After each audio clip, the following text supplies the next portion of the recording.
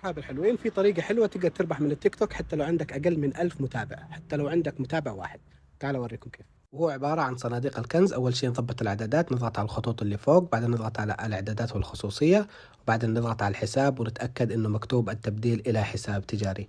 لما تأكدنا إنه مكتوب التبديل إلى حساب تجاري نرجع لورا شوية ونضغط على الخصوصية ونتأكد إنه حسابنا عام مو خاص، يعني هذا العلامة مسكرة. وبعدين ندخل على البحث ونكتب صناديق الكنز، وبعدين نمشي شوية كذا نضغط على حاجة اسمه لايف. أول ما نضغط عليه بيطلع لك هنا فيديوهات لايف كثير، بتلقى صندوق الكنز موجود هنا في الزاوية. أول ما تضغط عليه بيطلع لك هنا عدد العملات اللي موجودة داخل الصندوق، هنا مكتوب 20 عملة. اجلس اضغط عليه لين ما ينتهي الوقت، وبعدين أنا طلع لي دحين عملتين، ومن العملتين هذا تشوف كم عملة جمعت أنت في اليوم. أنا جمعت دحين 21 عملة خلال نص ساعة، وبعدين يتحول العملات إلى مبالغ